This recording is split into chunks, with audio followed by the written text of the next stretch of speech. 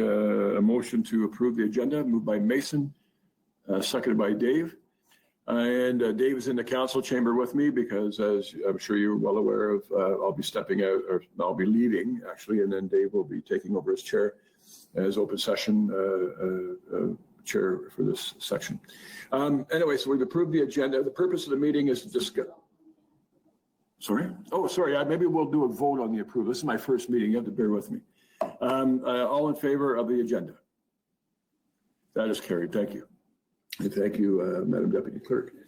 The purpose of this meeting is to discuss the proposal from the Economic Recovery Task Force, affectionately known as the ERTF, regarding a patio and public realm project. Are there any disclosures of interest? Well, I certainly do. I have a business downtown, and my daughter has a business that I'm somewhat involved with, although probably she likes it when I'm less involved. And this has to do with that type of business. So I will be declaring on the content of this meeting and not partaking, as I have not been in any discussion or decision making. Anyway, and with that being said, I will ask Councillor Campbell to take over the meeting. But if you could, Mr. Chair, at this point, just give me a moment to get organized and vamoose, I will vacate. Thank you. And thanks again, everybody. We'll see you later. Stay safe, Steve.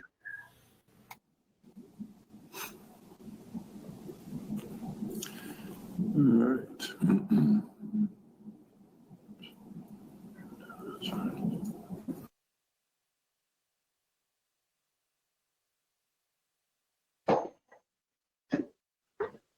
Okay, thank you, Mayor Clark. I would prefer. Oh, yeah, okay, understood. That's what I'll set up so you can work again.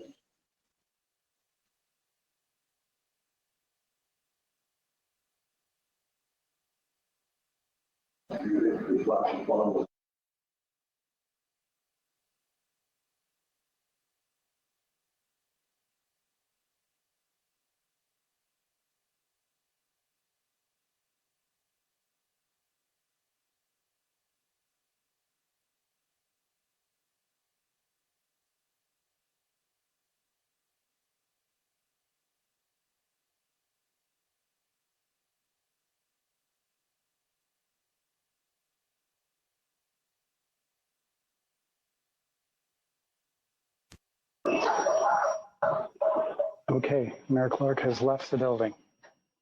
So, just so that everyone is aware, this is my first time being back in the council chamber for one of these meetings, and it's the audio is takes a bit of getting used to, so things are echoing around as I talk. So if I seem like I'm confused, that's why. It has nothing to do with my duty here today.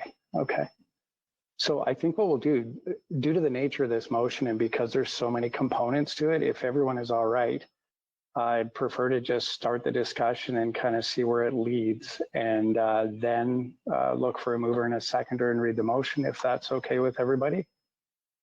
Ralph? Thank you, Mr. Chairman. I would prefer if you read the motion, what you want us to do, to be honest with you, so that we know exactly what you're asking us to do. I have it in front of me, and it may need some amendments, but if you could read the motion, the present motion that you're asking, that would, to me, that would be better. I don't know if everybody else agrees.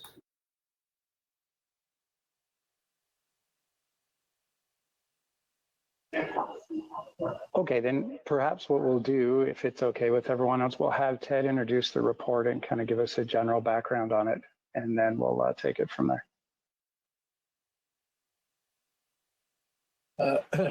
Thank you, Mr. Chair. And when the time comes, I'd be pleased to move the report and the motions related to it from the Economic Recovery Task Force. My comments are going to be very brief, and just set the stage. I'm going to ask Laura Thompson from our business development group to explain in some detail what's in the report and how we got here. But let me just say that well over 2 weeks, almost 3 weeks ago now, the Economic Recovery Task Force launched an initiative, a couple of initiatives actually, to assist retailers in opening their establishments. One was a sector by sector initiative in which we were helping each sector to understand the guidelines that the province had put out and what the implication of those guidelines are for their particular business. And so we dealt with things like hair salons and spas and, as a sector. Another sector is the hospitality or the restaurant and bar sector.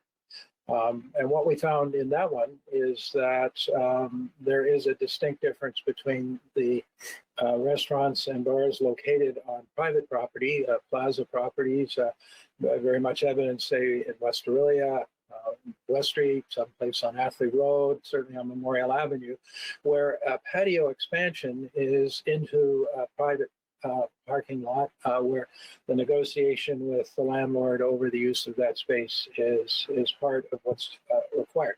Those patios also require all of the other regulatory requirements that are in place for managing patios. In the downtown core, the challenge there is that there is no private space beyond the footprint of the actual retail operation. And so we have seen over the past number of years 3 or 4 patios where have sprung up on our main street where the operators have deemed it economical to approach the city, obtain a certificate of occupancy for that space, and have paid a fee for that, and also have paid a fee in lieu of parking because they're taking up parking spaces on the main street. But when all of a sudden the province announced that patios were going to be open as opposed to retail restaurants, inside restaurants, we switched immediately to respond to a high level of interest from many in our city, many operators who were interested in expanding their operation, many citizens who were interested in seeing public spaces used in a different manner going forward. And by observation, a number of retailers were de facto using public space, sidewalks, in order to enhance their business by lining up customers who were waiting to be served.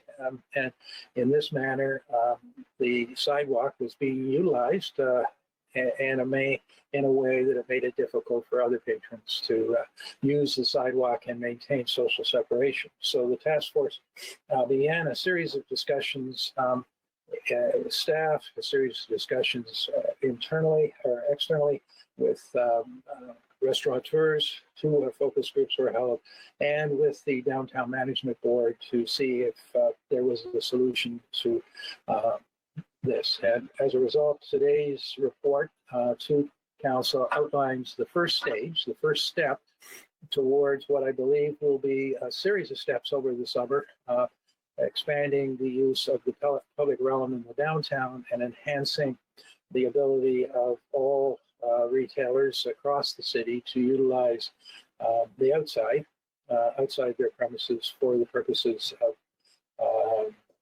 whatever retail business they're in. And what I would like to do now is to turn over to Laura an explanation of the report that is in front of you, and we'll go through that. And as I said, Mr. Chair, when the time comes, I'd be happy to move the report on behalf of the Economic Task Force. Are you there? Thanks very much, Ted. Laura?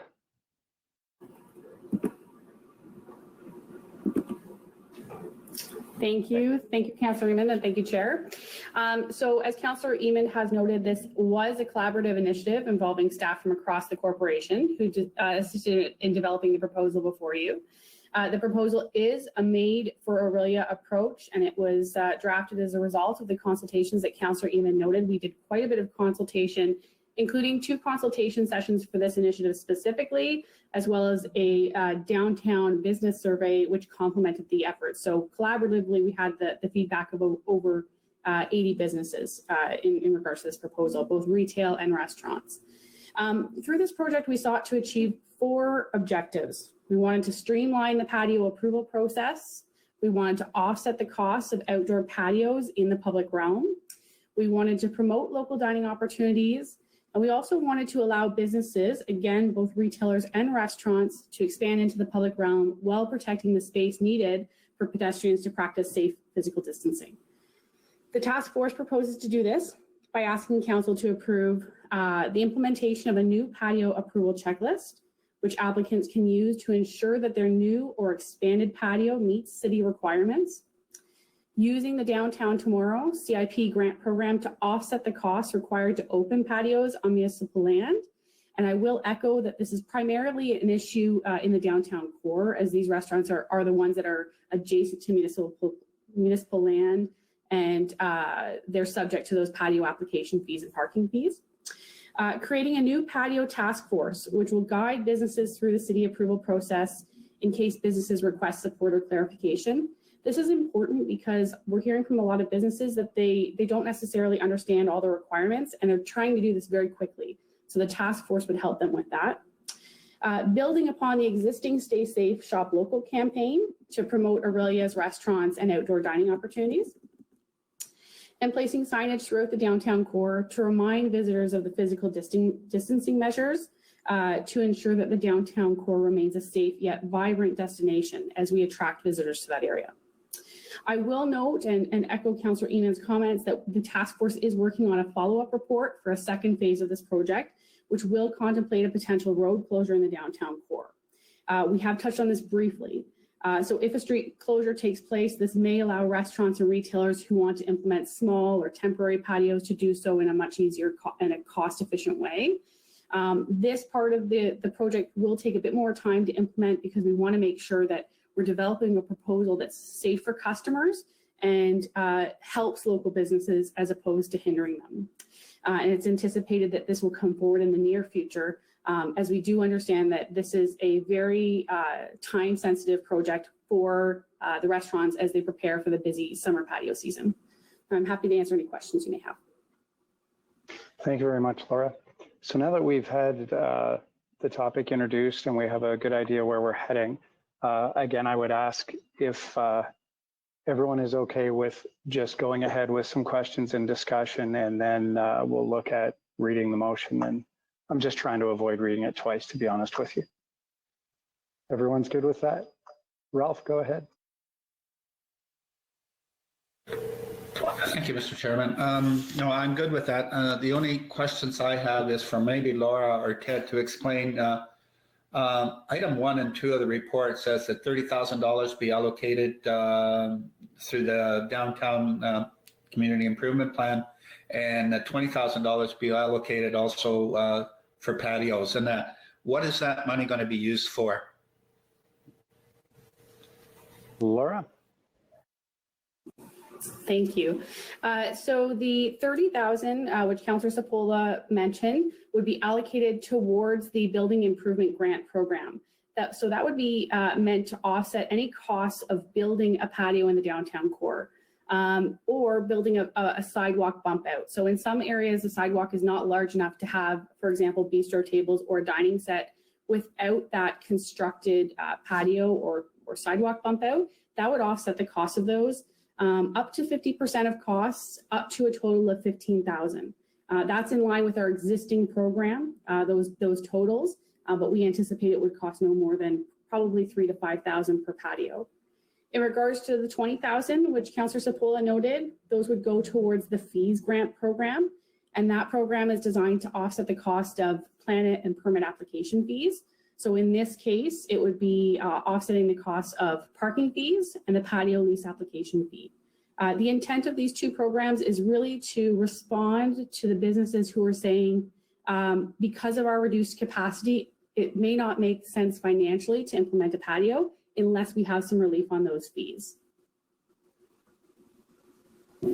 Ralph, follow up, and then I have Pat. Yeah, just a follow up, Mr. Chairman. I totally support the 20,000, and part of what I got from the report, and excellent job on the report, Laura and Ted, What I got out of it is the $20,000, but the most important thing was that they want to get rid of the red tape. I'm not sure that the $30,000 that the taxpayers of our community should be paying for a restaurant to build a patio or whatever. I'm hesitant to support that for two reasons, and I totally support the restaurants, or having been in that business for 40 some odd years.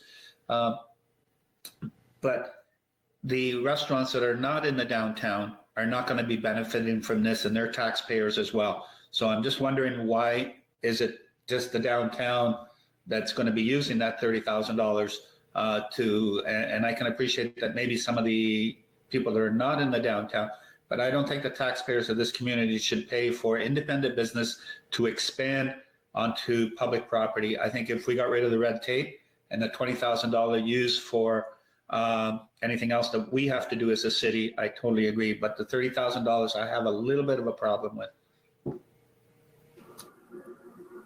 Ted, did you want to respond to that? Thank you, Mr. Chair, if I may. We recognize the challenge, Mr. Chair, through you to Councillor Sapola of supporting our businesses at this time. And unfortunately, the Municipal Act does not allow us to support businesses outside of the downtown core, where we have the community improvement plan in place, which is the vehicle by which we can support that segment of our economy. And we have been doing exactly what this is doing for the last, how many years? 3-4 years now, Laura, by providing city funds, taxpayers' funds for downtown retailers to enhance the retail space that they own. For facade improvements, for a variety of things, and many of our downtown retailers, as you are aware, have taken advantage of those funds. We rationalize that under the COVID constraints that are in place, that these retailers are in desperate need to expand their footprints so they can return to active business, and that this is just another facet of our assisting them with a partial grant.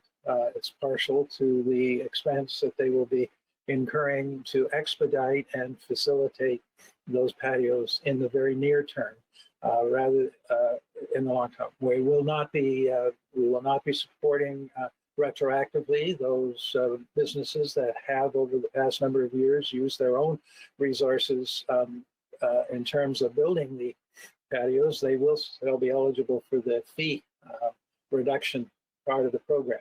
But that's the rationale. It's no different than using the CIP for the variety of other reasons that we have put it in place, other than this is a COVID related, let's get back to business, let's create the kind of vibrance in our core of our city that is so important to our Main Street and its success going forward. Thank you for that, Councillor Eamon. Okay, Pat. Thank you. In your report, Laura, you mentioned that one business owner had already gone ahead and put a patio out. Will it be possible to reimburse him for part of the fees, since he's on the same playing field as the rest of the restaurateurs going forward at this point? Laura. Thank you, Mr. Chair. I won't speak to a specific business, but I can say in general, the Downtown Tomorrow CIP program does not allow us to retroactively apply to grants if they've already applied for a building permit. So if they're only applying for the fees, there may be possibility of offsetting the fees grant for them, but not if they've already achieved a building permit and constructed the patio. Thank you for that. Anyone else? Oh, Jay and then Ralph. Sorry for the late interjection there. Just going to say, yeah, I think this is something kind of a necessary move and it kind of goes without saying, but just a reminder to everyone out there that even outdoors, this thing can still be a concern. So just make sure to be extra careful out there. I think this particular move, I think, is fair in relation to other business across the city that are already kind of going towards this patio format, and it is good that we're kind of moving outside with some of these shops and restaurants. But I think it's important that we do it very cautiously and very planfully. Thanks. Thank you, Jay. Ralph? Thank you, Mr. Chairman. My other question on the report is that we're taking the authority from the BIA or the DMB to for the sidewalks. What reason is that for, Laura or Ted? Ted, if you want to answer that one, please. Thank you, Mr. Chair, and through you to Councillor Sepola. We are only removing a very, very minor part of the DOMB's role in authorizing intrusions into the public space. And that is where a retailer has put a tables and or chairs on the sidewalk in front of the retail establishment, either to serve the customers who have purchased at that establishment or for customers waiting to purchase at that establishment. The reality is that our sidewalks are too narrow to allow social separation if the rules of patios of 6 feet from the edge of a patio table to a person passing, you can't do it. So we felt that in effect was equivalent to the patio, a more formal patio that a restaurant might apply for. And so that element is being removed with the agreement of the DOMB, by the way. They are retaining all of the other permissions, putting planters out, and other minor intrusions into the public space are still under the auspices of the DOMB. Thank you. Thank you for that clarity, Ted. Seeing no other, Tim? Thanks, Dave. Just to clarify on that last point, Ted, the DOMB agrees with that minor tweak as of last night's meeting. Ted? Laura, it was my understanding that once we clarified what exactly we were talking about there, they were in agreement. Is that fair? Through you, Mr. Chair, my understanding is that the Downtown Management Board actually preferred that they continue to have authority under Chapter 675. They had reviewed an earlier version of the report that noted that we would suspend that, but I don't believe that they have provided any amendment to that comment since. I will just note that there's an additional reason why the staff of the Downtown Management Board did note that this would be agreeable, is that if you have two authorities approving patio or dining areas, there can be conflict. I'll use an example where there's two restaurants directly adjacent to each other in the downtown core. If the Downtown Management Board, for example, approves a bistro set right to the edge of that property, and there are a few that I'm sure you can think of an example, it essentially sterilizes 6 feet of space along the next property. So that would impact another person's patio. So that is another reason why we've recommended having one authority for all dining areas. Okay, but just to be clear, sorry, I'm not sure I picked up on whether or not the DOMB changed their mind last night or not, or what came out of that meeting. So coming out of the board meeting on, it was actually on Tuesday evening, was that the DOMB preferred to continue to have authority under Chapter 675. The board has not yet met after this report was published. Ted? Thank you, Mr. Chair. Through you to Tim. It was the Economic Recovery Task Force that decided that whether you were putting a bistro table and chair on the sidewalk or you are asking for a formal patio, that they have the same impact on the public attempting to use the sidewalks and should be treated in the same manner. But that's the only element of that particular authority that we're asking the DOM be released to the city, so that those establishments can also decide whether they want to continue to have that facility available, and if so, likely it will be located in the parking space in front of their operation as opposed to on the sidewalk. Thank you. Ralph. Thank you, Mr. Chairman. Through you to Laura, the downtown improvement plan, that was mainly for buildings, improving buildings, and that. How can we all of a sudden, without council approving, that we switch from buildings to sidewalk or patios, which is not attached to the building? I'm not sure if you need council authority to change that. I think that's why we're here. Laura? Thank you. So I have reviewed that plan in conjunction with the Director of Development Services and Engineering, and we're satisfied that this is already built within the plan, the permissions for this, both for the fees and the building improvement. The Downtown CIP program is designed to improve properties and revitalize neighborhoods. So we consider this to fit within the intent of the program. We also, within the building improvement program, one of the objectives is to allow businesses to expand their capacity. And especially in this case, a patio does expand the capacity of restaurants. So we do believe that it is within the intent of the Downtown CIP. Thank you, because that's the questions I was asked. So I'm just trying to get an answer for it. Fair enough. Thanks, Ralph. Any other questions? Okay, seeing none, I will ask, I believe it's Robin, to bring the motion up on the screen, and I will attempt to make my way through it.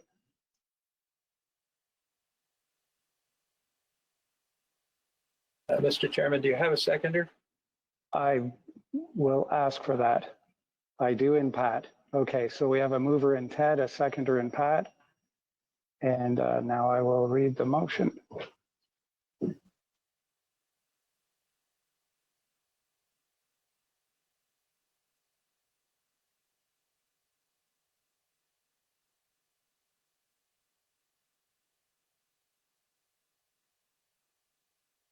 Sorry about that. Okay, that is recommended in report ERTF 2002 dated June 17th, 2020 from the Economic Recovery Task Force in order to assist local retail restaurant operations to expand their footprint while balancing the use of the public realm with maintaining space for physical separation during stage 2 of the provincial removal of COVID-19 restrictions. The following be approved as part of the first phase of the patio and public realm initiative. Heading marketing and promotion. One, $7,000 appropriated from the Social Assistance and Economic Recovery COVID-19 Emergency Relief Reserve for the signage and marketing components identified in the report. Patio approvals streamlined process. 1, implementation of a patio acknowledgement and undertaking form, a draft of which is set out in Schedule D of the report, and amendments to bylaw number 2020-28, the city's emergency measures bylaw, set out in Schedule E of the report. 2, supporting the establishment of a patio task force to review and facilitate patio approval requests. And 3, temporary amendments to Chapter 675 of the City of Orillia Municipal Code, use of sidewalks, business improvement area, to remove the authority of the DOMB to approve tables and chairs on municipal sidewalks in the business improvement area until November 15th, 2020. Excuse me. offsetting the costs of patios in the public realm. One, $30,000 allocated to the 2020 DTCIP Building Improvement Grant Program for patios, with funding appropriated from the Downtown Tomorrow Community Improvement Plan, DTCIP reserve. Two, $20,000 allocated to the 2020 DTCIP Fees Grant Program for patios, with funding appropriated from the city's Social Assistance and Economic Recovery COVID-19 Emergency Relief Reserve. Three, waiving of applicable clauses within policy 4.2.1.3 guidelines Downtown Tomorrow Community Improvement Plan Review Panel to enable staff to approve patio-specific applications to the DTCIP Building Improvement Grant Program, and to waive the intake deadline for applications related to patios for the 2020 patio season.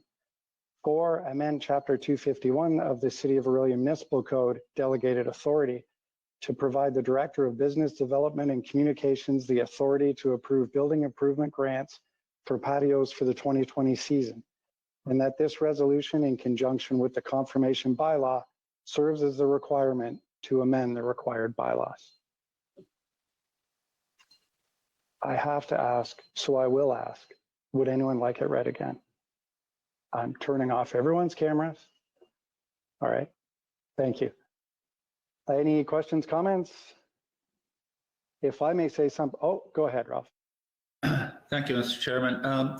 To Tim's point, item 3, can that be deleted? Because I think it's my opinion that the BIA or the DOMB would have quicker response than city officials would at allowing chairs and tables and that. Just maybe a comment. I'm okay either way, but I think maybe if we remove that and gave them the authority that they already have, there might be a quicker turnaround.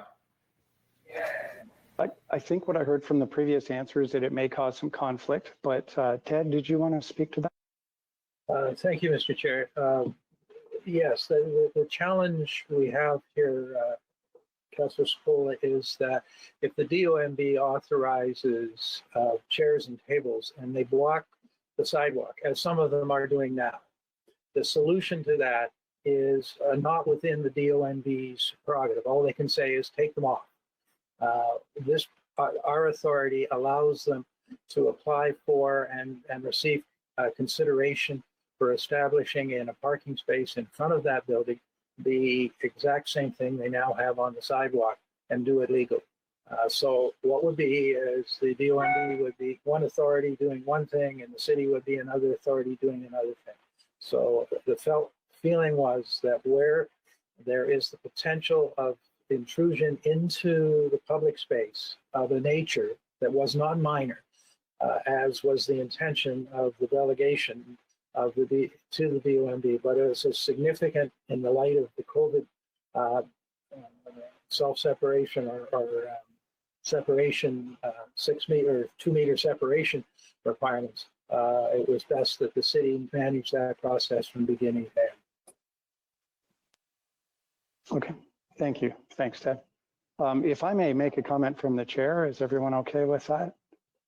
Thank you. Just being a member of the RTF, I saw just a small part of the amount of work that went into this, the effort on Ted's part, on the rest of the RTF, on Laura and the rest of the staff, just a tremendous amount of work. And I congratulate them, particularly with the consultation with the DOMB and with restaurants and businesses throughout the city. I really think they did an amazing job. And thank you for doing that. Any other comments, questions, Tim? Sorry, thanks, Mr. Chair. I would echo those thoughts too. These issues are super complex and take an awful lot of working through. But I think somewhere along the line, I don't know if I was talking to Ted or who, but it was pointed out that this is probably going to be an evolution. This is a new frontier for us.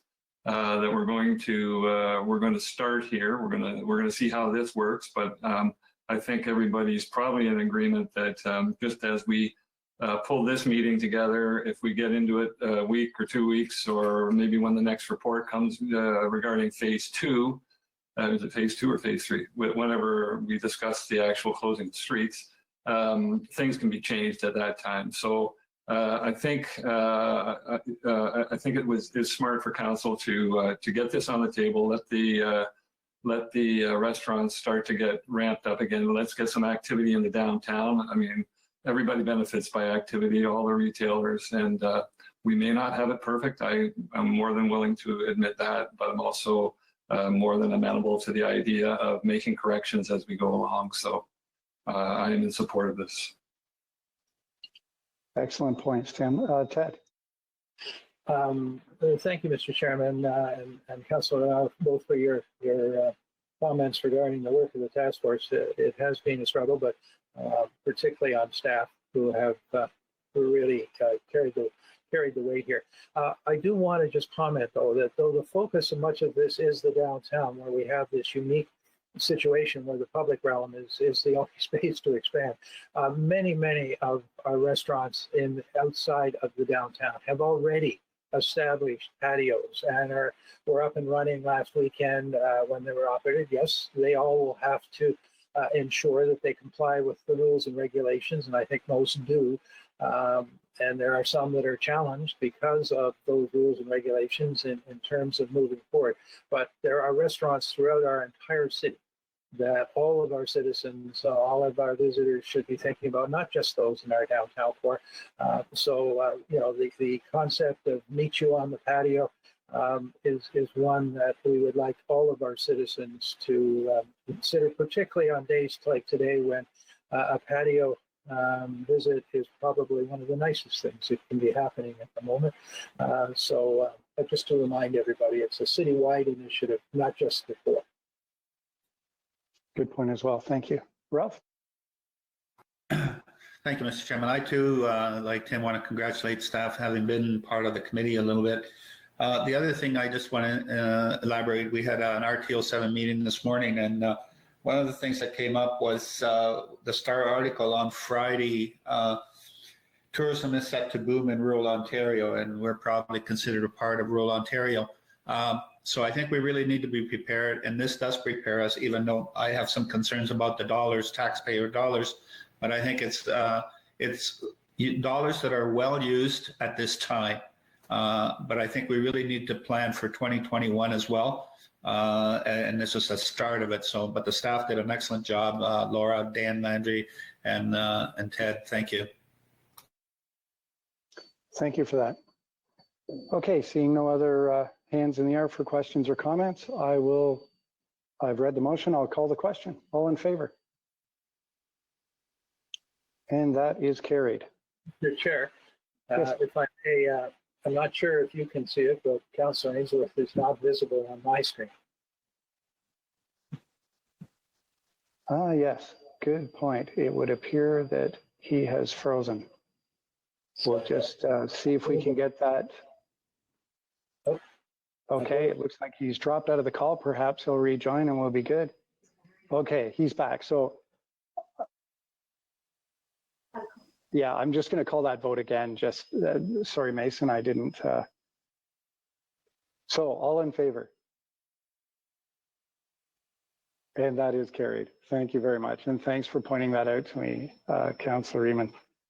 And we're not done just yet. We have one more bylaw, which is a bylaw to confirm the proceedings for today. Do I have a mover and a seconder for that?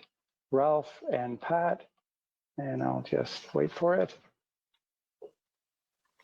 Thank you.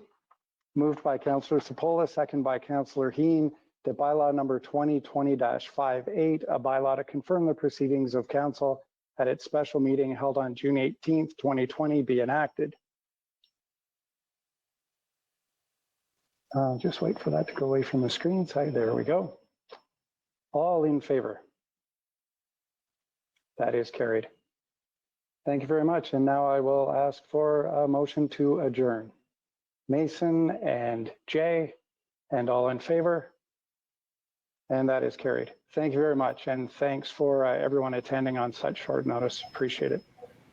Stay safe, everyone. Thanks, Dave. Thank you. We are adjourned.